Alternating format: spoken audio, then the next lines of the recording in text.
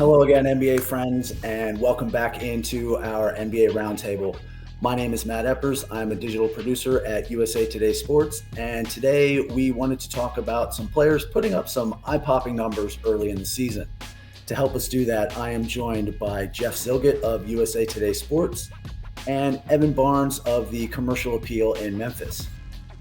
And guys, let's start with some players that are really on fire and playing well early on. And the first is Ja Morant, rising young star of the Memphis Grizzlies. He's averaging nearly 26 points a game, 7 assists, 6 rebounds, career high shooting percentages from the field and three-point range. Evan, given Ja's progress his first two seasons, I think it was maybe easy to see him eventually getting to this point. But is it surprising at all to see him make this much of a leap so far this season?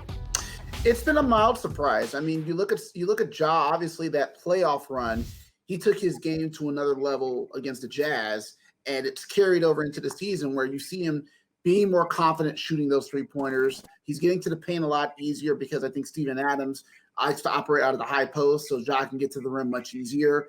But even then, I think we're all here in Memphis still just amazed at how well Ja has taken his game to another level, especially with his shooting. I think we all thought if Ja gets to a point where he becomes a consistent shooter where teams have to respect him, then it's all over for people trying to stop him.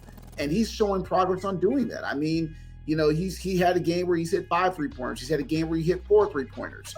Those are things that didn't happen consistently last season. He's doing now. And oh, by the way, he's also one of the leaders in scoring in the paint. So it's an almost weird way of realizing Ja's at a point where he's figuring out what he can do well, and now he's doing it from the inside and the outside both effectively. Jeff, you recently saw Ja and the Grizzlies up close as well. What are you seeing from him early this season? Well, I think there's a couple things, and talking to Memphis coach Taylor Jenkins, is that think about Ja's career so far. As a rookie, he has the bubble season.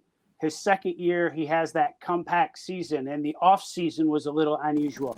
So Taylor Jenkins, number one, says that Ja finally had, what amounts to a somewhat normal off season. So he was able to attack things the way, he would in a normal off season. And he went to work on the areas that Evan just mentioned. And it reminds me of the year Giannis Antetokounmpo finished 7th in MVP voting, but also won Most Improved.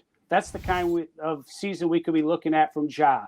An MVP candidate, maybe not the winner, but also a guy who showed so much improvement in his game that he wins that award. The next guy we wanted to talk about putting up some big numbers early on is a few spots ahead of Ja and the Grizzlies in the standings, and that is Nikola Jokic, the Denver Nuggets reigning MVP, who remarkably might be even better this year. 26 points, 13 rebounds, 6 assists per game. His three-point shooting is in line with last year. His overall shooting is up. Jeff, should we be preparing for another repeat MVP with the way Jokic is playing so far? I mean, it's certainly possible. I always find it really difficult for a player to repeat because, as you just mentioned, you need to have a better season. You're almost competing against yourself in that kind of situation rather than the other MVP candidates. If you look at, Giannis Antetokounmpo, when he won back-to-back, he had to have a much better season the following year, improve his efficiency, become better in certain areas of his game. And if you look at Jokic's age, you're going to be, 27 by the end of the season? Here's a guy who's just entering his prime, so it doesn't surprise me that he's putting up those kinds of numbers for the Nuggets right now. And to close, we wanted to discuss a few players putting up some eye-popping numbers the other way. There are several big names off to some uncharacteristically slow starts so far. But stars being stars, we don't expect them to struggle all season long. So, Evan, who do you have your eye on to turn around a slow start? I'm looking at Jason Tatum from the Celtics. I think Boston's kind of been a team that's been, up and down this year. I think eventually they're going to get right because ultimately when you have a guy like Tatum and you obviously have, Jaylen Brown, they'll figure out a way to get their games together. And I think Jason Tatum has shown that he was going to naturally backslide. I think I read that his scoring has increased in all 4 seasons. So naturally there's going to be a backslide, but I think he's going to get it right because ultimately he'll figure out kind of how to adjust to this new system, how to, deal with, things where Marcus Smart had to, say what he said, obviously. But I think Jason Tatum will figure out a way to get his game back. Jeff, who are you viewing as someone who is going to shake off this sluggish start? Well, I think we're starting to already see him shake it off a little bit, but I think James Harden will round into the kind of all NBA player he is.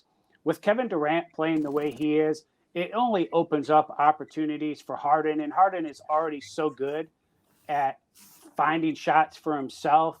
And so I think he continues to improve. Again, we're starting to see little glimpses of it. His shooting percentage is picked up in the month of November compared to, how he started October. You're starting to see him score a little bit more. You're starting to even see him register those triple doubles. Not every game or every other game, but you're starting to see some increases there. And again, with so much focus that's going to be on Kevin Durant, that eventually the opportunities are going to present himself from James. And he's proven throughout his career that he can take advantage of those. So that's the guy I think that will get into that kind of form that will make the Nets even better. Lost amid Washington's hot start, I think, is the fact that Bradley Beal actually hasn't played particularly well so far. His scoring average is down on almost 8 points, I think. His shooting percentages are at career lows, including 25% from three-point range. But the Wizards have been getting so many great contributions from the rest of this revamped roster that, they've been able to overcome Beal's slow start. But I think he's just way too good of a three-tier scorer to shoot this poorly all year. And, I really expect him to break out of this shooting slump soon. And, when he does, I think the Wizards could really establish themselves as, a true East playoff contender rather than a team that's, maybe off to just a hot start. And that, friends, is going to wrap up this edition of our NBA Roundtable. Many thanks to Jeff Zillgitt and Evan Barnes for joining us today. My name is Matt Eppers. We do hope you enjoyed the show and that you'll join us again next time. Until then, thank you so much for watching on USA Today Sports.